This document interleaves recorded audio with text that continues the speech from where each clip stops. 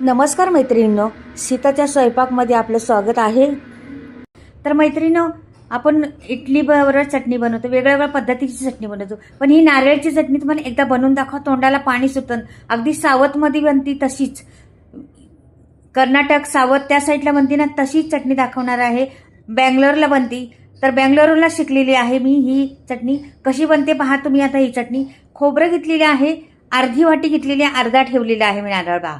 असे तुकडे करून घेतलेले आहे. इथं फॅन ठेवलेला आहे. फटाफट होती चटणी, पण फार अप्रतिम लागते, फार जबरदस्त टेस्ट आहे तिला. तर तुम्ही पहा, फक्त या पद्धतीने करून पहा. हॉटेलमध्ये भेटते अगदी तशीच चटणी होणार आहे. खूप चविष्ट, खूप छान लागते ती. तर नक्कीच तुम्ही ही पद्धत एकदा माझी पहा आणि बनवून पहा. आता इथं तेल टाकलेलं आहे, थोडीशी अर्धी पळी, आणि जिरं टाकलेलं आहे पहा. जिरं टाकायच्या नंतर मग अर्धी वाटी मी शेंगदाणे घेतलेले आहेत, ते टाकून दिलेले आहे. ती लोक अशीच टाकतात. शेंगदाण्याने चव छान येते, घट्टपणा पैदा होतो, म्हणून ते शेंगदाणे पण टाकतात. थोडे भाजून घ्यायचे शेंगदाणे, जास्त नाही भाजायचे. थोडे खरपूस झाले ना का नंतर मग लगेच त्याच्यातच दुसरं टाकणार आहे आता जिन्नस. मैत्रिणींना एकदा ही पद्धत करून पहा मात्र चटणीची. तुमची इडली बरोबर चालणार, डोशाबरोबर चालणार, कचोरी, समोसे, भजी कशाबरोबरही चालू शकते तुमची चटणी. चपाती बरोबर चालू शकते, रोटी बरोबर चालू शकते. तुम्ही ही चटणी एवढी जबरदस्त आहे ना, चमच्याने नुसती खाल्ली तरी चालते. म्हणजे एवढी जबरदस्त चटणी आहे, एकदा बनवून पहा. खूप अप्रतिम टेस्ट आहे तिला. आता मी अर्धी वाटी शेंगदाणे घातलेत ना, अर्धी वाटी हे डाळवं घ्यायचं. डाळवं म्हणजे भाजलेली डाळ असते ती घ्यायची, ती टाकायची. हे टाकल्यामुळं काय होतं, नुसतं खोबरं टाकलं तर असं टाकले ना आपण, तर पाणी एकीकडे पळतं, खोबरं एकीकडे राहतं असं. मग हे दोन्ही गोष्टी टाकल्यामुळं काय होतं, चव तर येतीच त्याला, पण घट्टपणा पैदा होतो, मिळून येते. म्हणून हे दोन्ही टाकती. चव तर अप्रतिम येते, ते चवला प्रश्नच नाही. शेंगदाणे आणि डाळीची चव तर फार उत्तम आहे. पण आपण बनवतो पहा कशा पद्धतीने बनवणार आहे. अगदी तसंच मैत्रिणी हॉटेलमध्ये आहे तशीच, काहीच फरक नाही. उलटी त्याच्यावरून पण जास्त चांगली. आता पहा, आल्याचा तुकडा टाकला आहे, कढीपत्ता पण टाकला. कढीपत्त्याने पण स्वाद अगदी असं तोंडापर्यंत नेला का एकदम छान सुगंध एक सुटती चटणीचा, कढीपत्त्याचा सुगंध आपल्याला लगेच समजतो. तर हे खोबरं आहे ना, आपलं अर्धी वाटी खोबरं घेतलेलं आहे मी. तर अर्धी वाटी खोबरं जरासं भाजून घ्यायचं, जास्त भाजायचं नाही. जरा थोडं हलकं फुलकं भाजलं का आपण काढून घ्यायचे त्याला. मस्त हे बघा, सगळं काही व्यवस्थित भाजलं गेलेलं आहे, खरपूसपणा आलेला आहे. आता मिरच्या पहा, मी किती बऱ्याचशा मिरच्या घेतलेल्या आहेत. का घेतलेल्या आहेत मैत्रिणीनं, ह्या मिरच्या बिलकुल तिखट नाही आहेत. अशाच मिरच्या घालतात ती लोक, तिखट नसतं. आपण चमच्यानी जरी खाल्ली ना तरी आपल्याला तिखट लागत नाही ती चटणी. म्हणून अशा पद्धतीचं तुम्ही मिरच्या घालायच्या त्याच्यात. लोक घालतात एकदम तिखट झणझणीतवाल्या, तशा घालायच्या नाही, कमी तिखटवाल्या मिरच्या घालायच्या. त्याच्यामुळं चटणीला चव जास्त येते. ह्या मिरच्यांना चव आहे, त्या मिरच्यांपासून ह्या मिरच्यांना चव आहे, म्हणून ह्या मिरच्या घालायच्या कमी तिखटवाल्या. आता हे झालेलं आहे भाजून. आपलं मिक्सरचं भांडं घेते मी, आणि मोठंच भांडं घेतलेलं आहे, आणि त्याच्यात टाकणार आहे सर्व यातही. आता ह्याच्यात तुम्हाला वाटलं पुदिना टाकायचा तर टाकू शकता, नाही वाटलं तर थोडीशी कोथिंबीर जास्त टाकली तरी चालेल.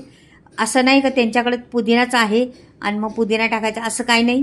कोथिंबीर रंग येण्याचं कारण आहे, आपल्याला चटणीला रंग आला पाहिजे हिरवा, आणि चटणी दिसली पाहिजे चांगली. कोथिंबीर आणि पुदिन्याची टेस्ट बऱ्यापैकी एकच आहे, थोडी फार फरक असतो, नाही तर दोन्हींची टेस्ट एकच आहे. म्हणून कोथिंबीर मी जास्त घातलेली आहे, पुदिना नाही घातला. मग तुम्हाला अर्धा पुदिना अर्धी कोथिंबीर घातली तरी चालेल. आता मीठ टाकते, रंग छान येईन बघा, एवढ्या यांनीच रंग छान येईल. आणि लिंबा एवढा गोळा घ्यायचा आणि चिंचचा टाकायचा, ह्यानी छान येतं. तुमच्याकडे चिंच नसलं तर एक लिंबू पिळलं तरी चालेल. म्हणजे काही गोष्टी अशा असतात ना, ॲडजस्ट करण्याजोगेच आहेत, आणि करायच्या तुम्ही पण, का की आपल्याकडे प्रत्येक गोष्ट नसते.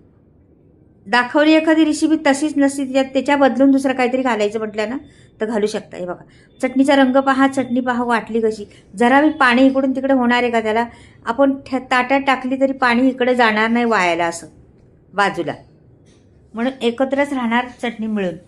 अशा चटण्या असतात. तुम्हाला पातळ करायची तर आणखीन मग चमच्याने खायला पातळ करू शकता, आणि अशी घट्ट ठेवायची तर घट्ट. आता मी कशी ठेवणार आहे पहा, तुम्ही दाखवते तुम्हाला.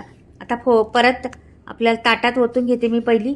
तडका पण करायचा, हा तडका मेन आहे हा मैत्रिणींनो. चटणीवर तडका देणं खूप महत्त्वाचं आहे, आणि खूप छान तडका बसला का त्या चटणीला खमंगपणा पैदा होतो. आणि ही परफेक्ट चटणी होणार आहे. तुम्ही नक्कीच पहा. मी ओतून घेतलेलं आहे. हे पहा.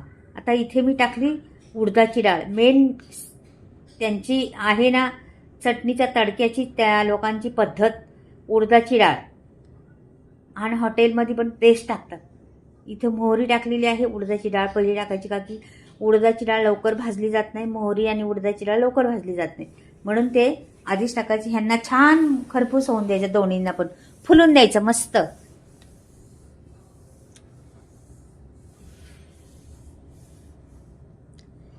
आता हे बऱ्यापैकी मी स्लो गॅस ठेवलेला आहे, फास्ट बिलकुल नाही केला. बाकी कधी कधी काय होतं, कुठलं जळून जातं कुठलं नाही जळून जात. मग स्लोमध्ये एकदम परफेक्ट होतं. आपली कुठल्याही जिन्नस करायची म्हटल्यानंतर परफेक्ट होते. तर इथं कढीपत्त्याची पानं टाकलेली आहेत. जेवढी चटणी आपली मुरण तेवढी छान आणखीन टेस्ट येते त्या चटणीला.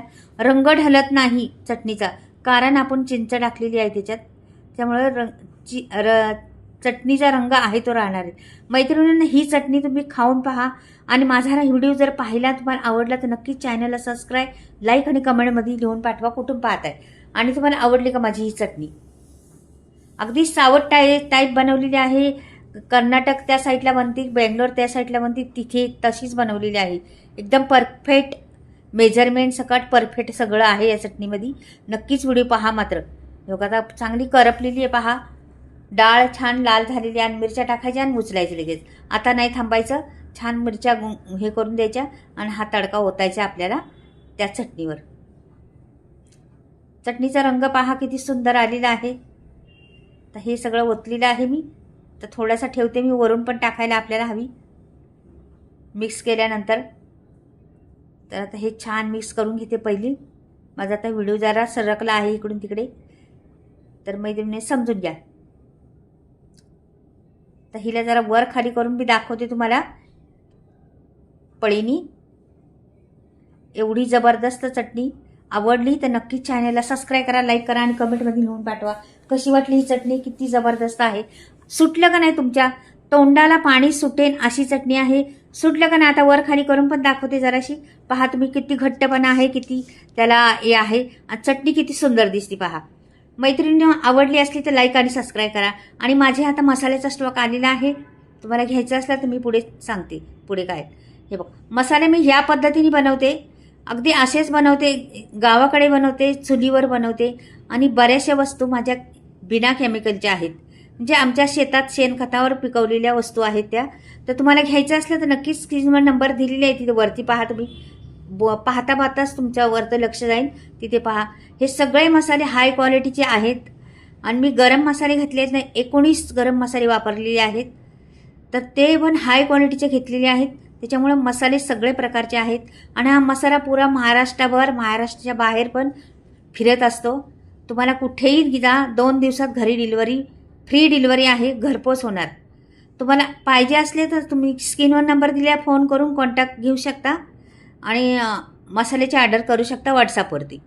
तर तुम्हाला कसा वाटला हा मसाला जर घ्यायचा तर घ्या तुम्ही, काही प्रॉब्लेम नाही. पण माझी ही रेसिपी आणि हे माझी चटणी कशी झाली मैत्रिणी ते नक्की सांगा. व्हिडिओ कायम हमेशा पाहत राहा. नवीन नवीन एक मी पाठवत असते रोजच. माझं काय काय नवीन असतं ते. तर नक्कीच तुम्ही व्हिडिओ पाहत जा. भरपूर काही शिकण्याजोगं आहे या चॅनलवरती. सीता नेहरी किचन रेसिपीमध्ये नक्कीच पहा संपूर्ण व्हिडिओ. आणि पहा मसाले, पूर्ण मसाले आहेत पहा. 18 ते 19 मसाले आहेत, ते पूर्ण भाजलेले आहेत. आणि मेन गोष्ट मैत्रिणी, डंकावर कुटलेले मसाले आहेत, चक्कीमध्ये दळलेले नाहीत. त्याच्यामुळं मसाल्याला विचारू नका, एवढी जबरदस्त आहे. तर ही पहा चटणी. आणि ही माझी चटणीचा पद्धत कशी आहे ती आवडली का तुम्हाला. तर चला भेटूया परत वेगळं काहीतरी.